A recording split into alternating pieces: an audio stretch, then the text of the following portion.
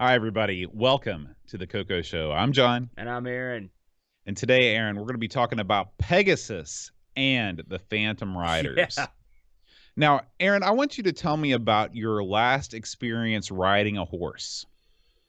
Oh boy. Well, let's see. My parents had taken me on a day trip to the Canaan Valley up in that So area. this was last year? No, this was when I was like 6, Oh. I believe. So in the early to mid 60s. Yeah, horses had just been invented the year Wow. before. That's how old I am. But we drove up there and we went to what is that ski resort up there? Boat. Canaan?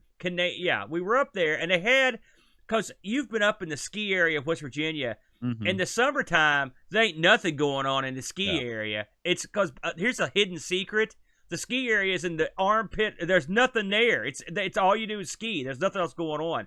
And so what they done to gin up some action is they had some stables and crap up there, and I guess they had some kind of horse-related crapiola going on.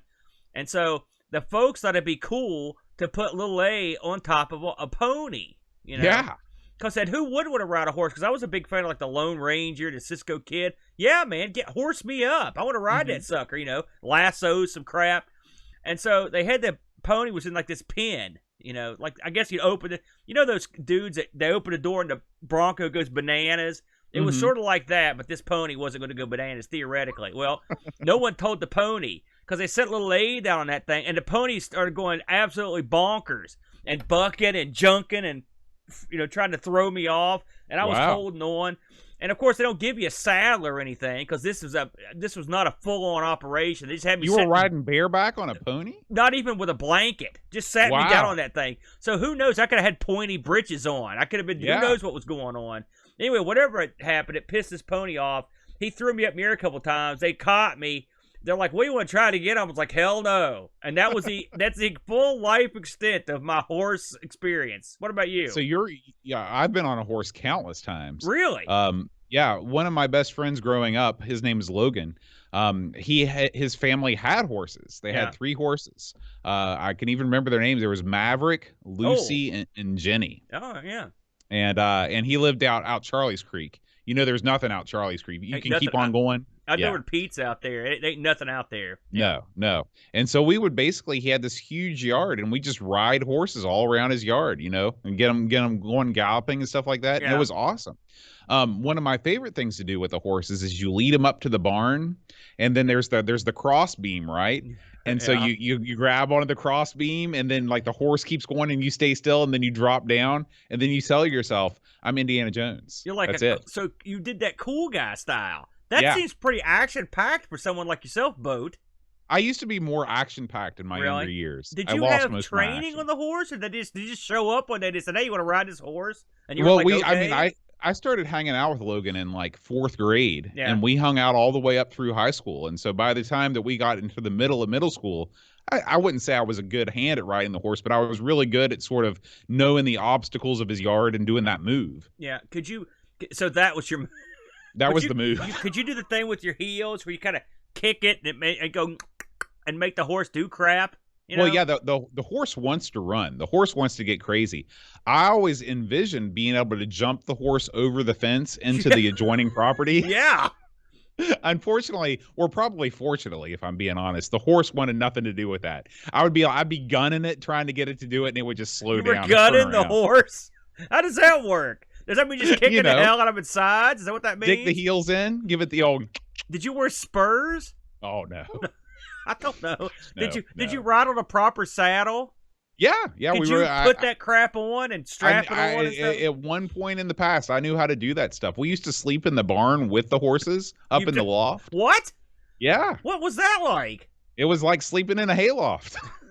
That seems itchy to me. Is that? It was it's funny, isn't it funny? I'm sure you can think about stuff like this. Like, you did stuff when you were a kid. You're like, why was that fun? And this is one of those things, because you're exactly right. It's itchy. It's drafty. Isn't there a bunch lot of the times it was in winter. In that hay and stuff? There's fleas in the hay, all kinds of insects and stuff. Did you have a sleeping bag or something, or just sleep on the hay? No, we didn't sleep on the hay. We had sleeping bags. But yeah, I don't know why we did it, but we just thought it would be cool. So how often did you sleep with the horses? I I think I in used to some go over states you'd there. be legally married to the horses by now if it was long I enough. used to go over there and just spend 3 or 4 weeks at a time during the summer. I mean, I basically live with him over the summer. But you wouldn't sleep up in the barn that amount of time, would you? No, no, we'd also sleep just out in the woods in random places too. Like in a tent, or you just No, just under the stars. in the mud, sleep Well, yeah. out there. It was we had a couple spots that were less muddy, and a lot of times the dogs would come up, and we'd love that because the dogs would make you warm. You know, get the dog in there. You know how it is. I got to Get tell the you dog. something, and I say this, this is 100% a shoot. I never in my life thought a prissy little dandy boy like you would be a rough backwoodsman. I'm stunned by this information. I can't believe it.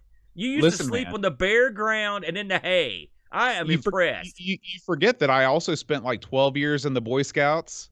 You know, like I did the 50-mile hike. I did all kinds of insane stuff that I would never dream of doing now. And at the time, I was miserable the whole time and I hated it. I honestly have no idea why I did any of that stuff. I would have rather been sitting at home playing video games. So you pretty much used up all your adventurous nature early on. Right. And the second you hit Eagle Scout, bam, I'm sleeping in the house. I think everybody has a certain allotment of like, this is as much I'm going to take of sleeping on a flat surface. Yeah. And once you reach that allotment, you're done. That's it. So you never, like, you're never sitting around with the Eeper at the pad and saying, you know, tonight's the night I'm sleeping in the backyard. That never comes up. No. Maybe after I've been drinking a lot, you know, I feel like going out there. There's a difference between sleeping in the backyard and passing out face down in the mud in the backyard after too much fancy water, Boat. It's true. Eep is a big, you know, she's a big outdoors person. Yeah. She has not reached her allotment yet, and she's always begging me to go camping. But so far, I have not succumbed to that. Yeah, yeah. I don't blame you, to be honest with you. Yeah. Screw that. And now, has the Lukester, has he expressed any desire to become more one with the outdoors? He desires to not be outside under any circumstances. Do they got Wi-Fi in the woods? He's not interested if they don't. Or somewhere to plug in his crap. He's not interested, I understand. Man. I understand. Let's talk about Pegasus and the Phantom Riders, Aaron. You know, both Pegasus and the Phantom Riders, an interesting title here for the CoCo, because we've actually looked at another sort of jousty clone back in the day, and make no mistake, that's what Pegasus Riders is doing here. But to its credit, it extends that it comes up with a good backstory, I guess is the best way to put it. You know, I looked up the game's docs because I wanted to see if they actually had put anything in here to explain what the hell is going on in this game. And if you'll indulge me, Bode, I'd like to just read a clip in here. So what you've got going on here in the introduction, it says, Pegasus, the great white horse, flies across the evening skies. Below Pegasus is a lush green island surrounded by gentle wavelets, which I've never heard that word. It is Pegasus' home, and it offers the promise of quiet rest. Suddenly, there is a growl, Boat. The noise comes from behind a rocky mountaintop, deep in a dense forest. Within the stony region, dark caves hold frightening secrets. I like that. The noise continues until the island and the seas around it pulse with sound. Out of a cave fly the dreaded Midnight Mare, the blackest of the evil horses, ridden by the fearsome Phantom Rider. With a frightening snort, Pegasus leaps to the sky and swoops down upon the first rider. Pegasus kicks it with a powerful hoof, dashing it swiftly to the ground. Wait a minute. Destruction. How can you kick with a powerful hook? Hoof, Boat. Oh, okay. Hoof.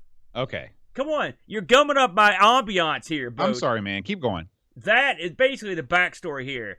Pegasus has to fight to get the Phantom Rider and his evil minions off his beloved home island, Boat. So you're fighting for your home. Yeah, you're one of Pegasus' buddies. You mount Pegasus and you go to work. Pegasus really is doing all the work. You're just sort of just sort of balanced, along for the ride. effectively. But listen, the other things are having riders, so that means you've got to have a rider too. That's I've heard they had Phantom Riders. That's true. Yeah, they are Phantom Riders. So Pegasus and the Phantom Riders, we're going to look into the background on this thing. A game that was released for the CoCo in late 1984. By the way, all this information comes from the brilliant site ran by our good buddy L. Curtis Boyle. Check him out, the leader in CoCo game coverage. This will work on a CoCo 1, 2, or 3 with 64K of RAM and joysticks. This also, Boat, and I should have hooked this up, this also supports the CoCo sound cartridge. So one of these days we're going to try that out. I don't know that we've done anything with the CoCo sound cartridge. Is this sort of like the Intellivision voice synthesizer? Yes, it's very similar. It talks. It will talk, among other things. I actually have one of these, and I've mentioned this before, but in the old days I had one of these as a kid. I bugged my mom until she bought me one. But you have the CoCo, if you're familiar with it. If you have a disk drive, it hooks the interface hooks into the cartridge slot, and you have to pull that out to put in the sound cartridge. Well, you can't do that technically. You can do it if you don't mind blowing up your computer, which I didn't at the time. But they make this multi-tap that you plug into the side that lets you hook 3 cartridges into one cartridge slot. That's the way to go when it comes to something like this. So, Pegasus and the Phantom Riders. What is this game? Well, it's a game for 1 to 2 players with joysticks, where you and your buddy can fly Pegasus around and try to defeat the Phantom Riders by landing on top of them in midair. That's effectively the game. You've got 2 modes if you play 2-player. You've got duel and you've got cooperation. In cooperation mode, you can't hose each other, but in duel mode, you can hose your buddy if you're so inclined. This game, it comes in waves. The first wave has Pegasus in front of like over the ocean, in front of a distant mountain, and from the mountain emerge the Dark Riders, the Phantom Riders, and there's a sort of what would you call that? A scaling effect boat as the riders come out. Yeah, this is. I want to spend some time talking about this because this is one of the things that makes this game. A lot of people would just straight up dismiss this as a Joust clone. Yeah. And they couldn't be more wrong. Oh, okay. I guess they could. Yeah, they could be wrong, like they could say Defender was a Joust clone, for example. Yeah. One of the main things that make this game different is that you see your enemies approaching from a distance. They don't just grow out of the ground like they do in Joust. Right. They don't grow out of the ground like you, the player, do. You see them sort of approach like the Nazgul coming out of Mordor. Ooh. Okay. You see these things and you know they're coming, and you have to sort of guesstimate where the scaling effect is going to turn into where they're actually there and they're going to kill you. Yeah. So that adds a lot of kind of dramatic effect to the game because you're sort of waiting for the wave to crest, if you will. Yeah. I think that this is one of the coolest aspects of this game, and it really sort of heightens the suspense. Yeah. This game has a lot of ambiance, Boat, if I may. Yeah.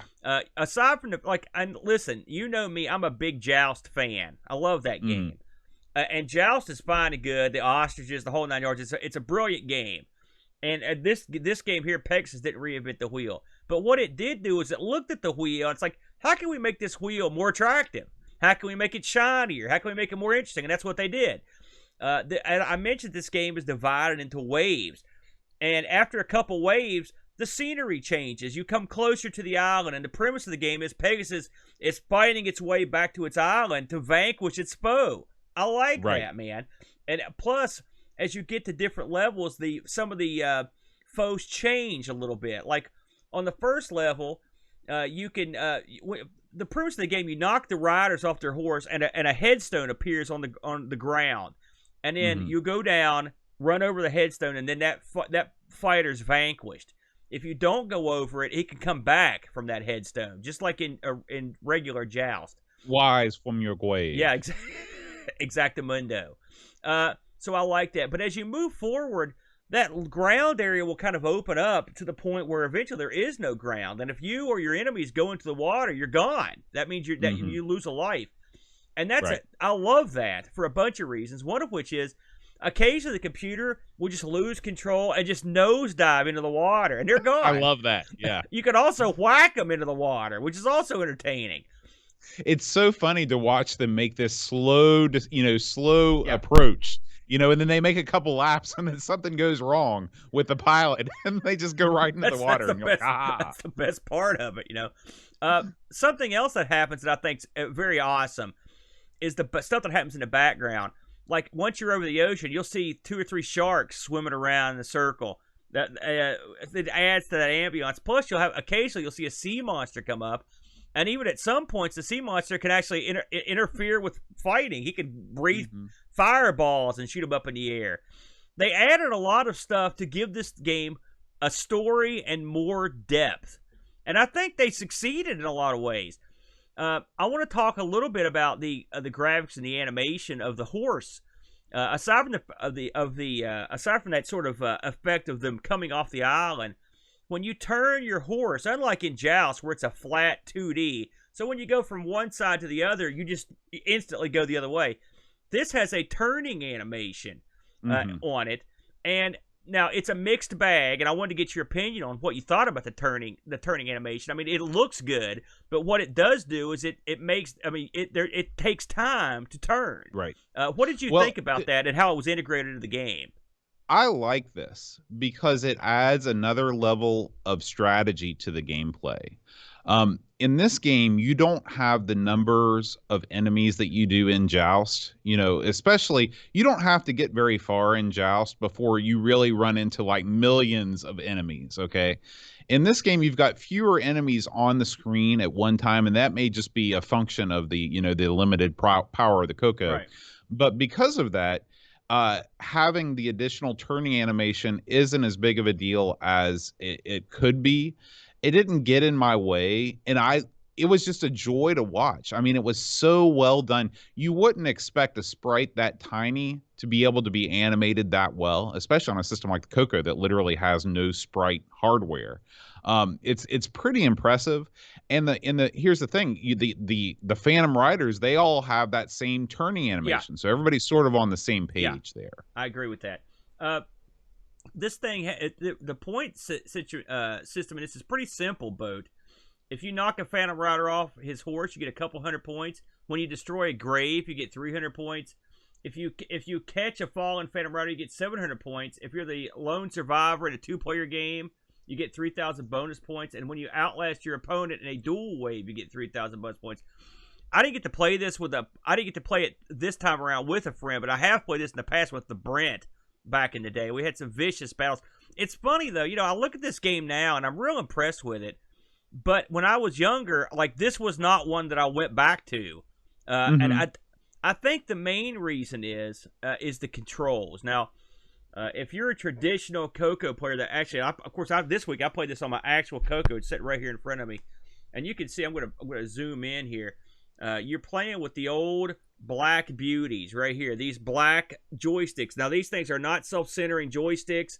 You can see that they lean to the side like that. These things are an acquired taste, to say the least. Yeah. And playing, I wanted to play this game with those sticks this time around because I wanted to have the same feeling I did when I was a kid and see how I felt with it. And I can tell you right now, this game does not control great with the Black Beauty. Really, I tried bow sticks. It's not, the control on this thing is tough, but it's tough in sort of the same way the control in Joust is tough. I mean, they sort of built that into the game because that's part of the gameplay element. I mean, if you could whip your Pegasus back and forth, there would be no fun because you just crush everything. And so the flapping of the wings is tough, but the control in this, it takes some getting used to, and it's something I never mastered. I will say that playing this with a Atari controller, or I'm sorry, with a control pad, with a digital pad, is a lot easier than an analog controller. You know, I have those Atari adapters that let you plug in, you know, an Atari style stick or a Genesis pad into the CoCo. I've never played this. I've never actually used one of the Black Beauties before. As you can see behind me, I have the deluxe joystick, which is so much better because it's got the self-centering mechanism on there. And I've played it with both because I've played it on the real CoCo too. I find that the sort of stupidity of the Phantom Riders is a good corollary with the sort of more awkward and less precise controls. It seems like at least, you know, in the early stages of the game, the Phantom Riders are just as likely to off themselves as they are to go after you. And so I didn't find, and one of the things that I enjoyed about this game is that the difficulty level doesn't ramp up too incredibly hard right off the bat. Joust is pretty good about that too. You can usually get pretty far in Joust before it gets too hard. But I really enjoyed that because it lets you see a lot of the game without having to be a master. You know, like I got all the way to where you were right up on top of the island. And it was neat to move through the stages. That's one thing that I think that Joust really suffered from. Of course, Joust is a much older game than this. I think it's 81. But having that plain black background is just sort of, it gets old. Having something where you're actually moving through a story, especially with sort of that flavor text that the manual provided, there's an atmosphere to this game. The colors are wacky. It almost looks like it's like a Marshmallow World, where everything is like bright colors. It's almost like a Willy Wonka-esque Candyland. I'm sure there was some trickery to get the CoCo to display all that sort of rainbow of colors there. I thought this game, to me, it's even as a kid, I thought this. It almost reminds me of like a sort of an abstract painting in a way. The color scheme. I mean, but I like it. I don't think it hurts to the game. I think it actually adds to it a little bit in a weird way. I agree with you on what you said about your assessment on Joust's background. I mean, effectively in Joust, what happens is the platforms disintegrate and leave, but there's no background change at all, and it's something that it really no game. I mean, listen, there have been plenty of Joust clones, and I don't recall any of them doing anything with the background. And so I like the idea that, again, this is another element of the game where they change the backgrounds, and some of the background gets real nice when you get close to the mountain with the waterfall, and so it's real well done. All of the backgrounds have a certain element of animation to them, and I can't tell you how much that adds to the game. I mean, just a simple, 16 frames of movement on the screen, it makes the game more fun. It makes you feel like you're more part of the story. So, I have nothing but good things to say about the graphics on this game. If I can make any sort of, recommendations, I think that I would have rather you been able to move through the waves faster. I mean, instead of having multiple waves with the same background, maybe move through the pictures, one wave per picture, and then just keep looping, and making it more difficult. I mean, I understand that they want to leave something to the imagination, but I don't really have a whole lot to complain about with this game.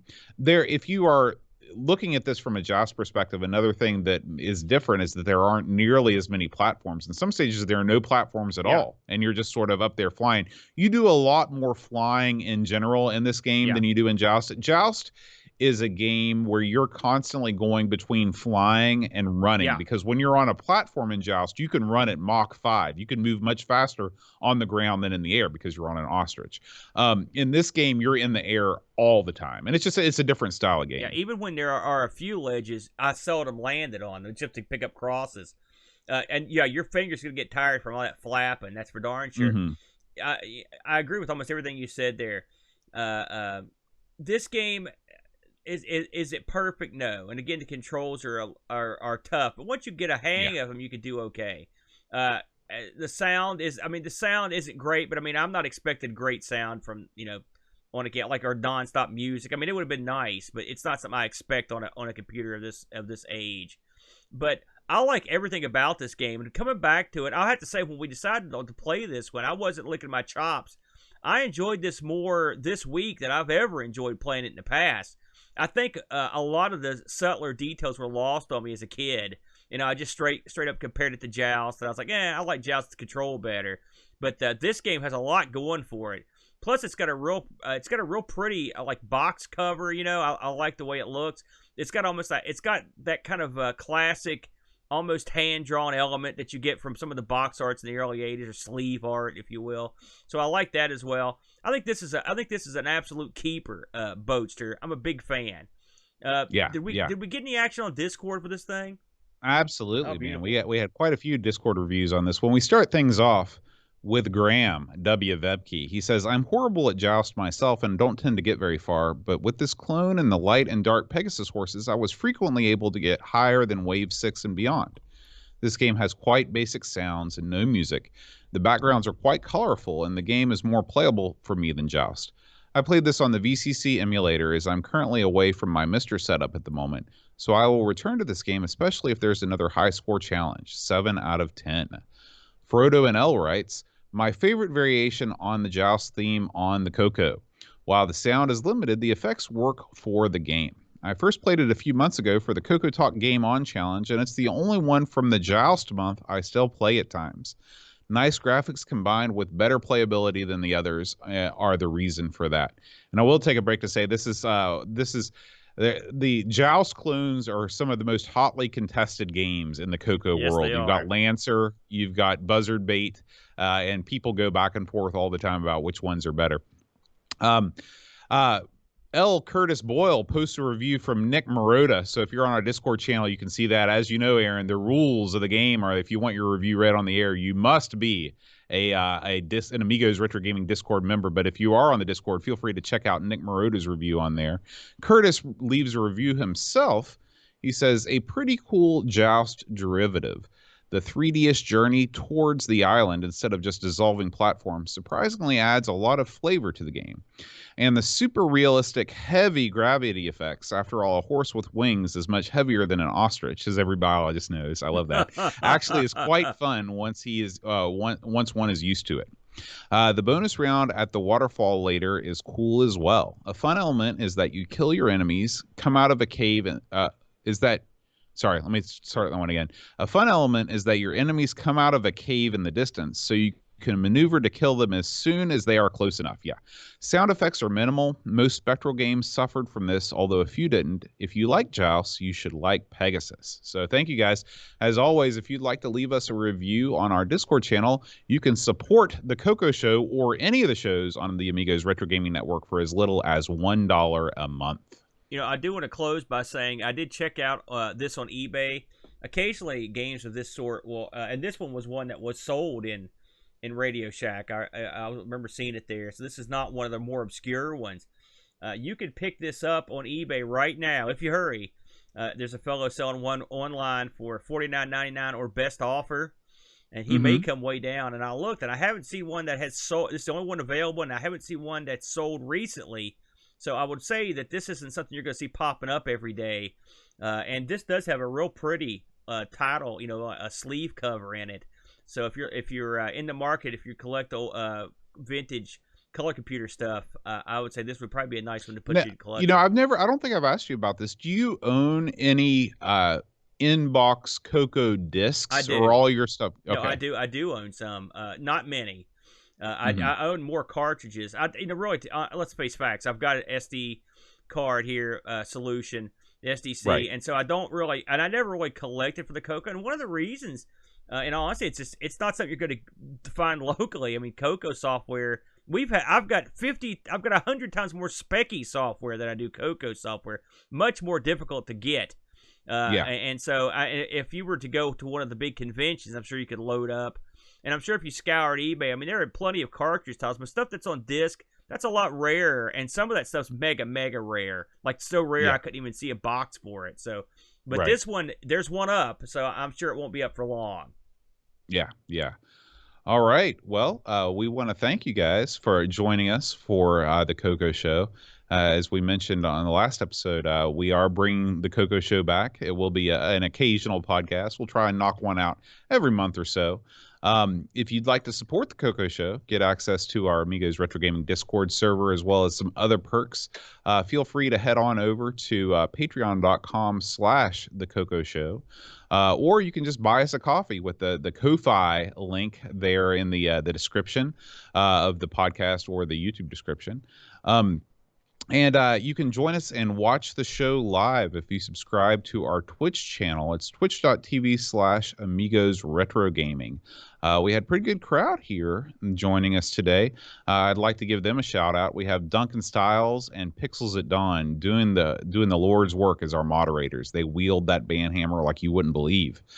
We've got here in the chat as well, we've got Abbott Costello. You should like them, Aaron. I do. Barkbit's with us, Brock 101, Buck Owens, Canadian Retro Things, Carbot, Chet Simpson, Cobrian, Commander Root, Delamort 78, Group Dog, Extra More, Frodo NL, Go With Him, Great Owl G, Gunner Warhorse, Hamo 1, Just Mike 68, L, Curtis, Boyle, Mitsuyama, Mr. Cola, Paul Kitching, Puck Picard 2010, R Typer, Silly Gnome 225, Sloopy Malibu, Tom Toms, Threep Woods, Thrifts, VNK, Vigoro Pros, Wide World of Retro, and Z9K9. Thank you guys so much for participating in the chat. We love having you guys around when we record the show. That's a good crowd for a Sunday afternoon, Bode, I gotta say. Yeah, it is, man. Yeah.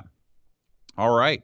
Well, we will be back at some point in the near future with another CoCo Show. Until then, all hail L. Curtis Boyle.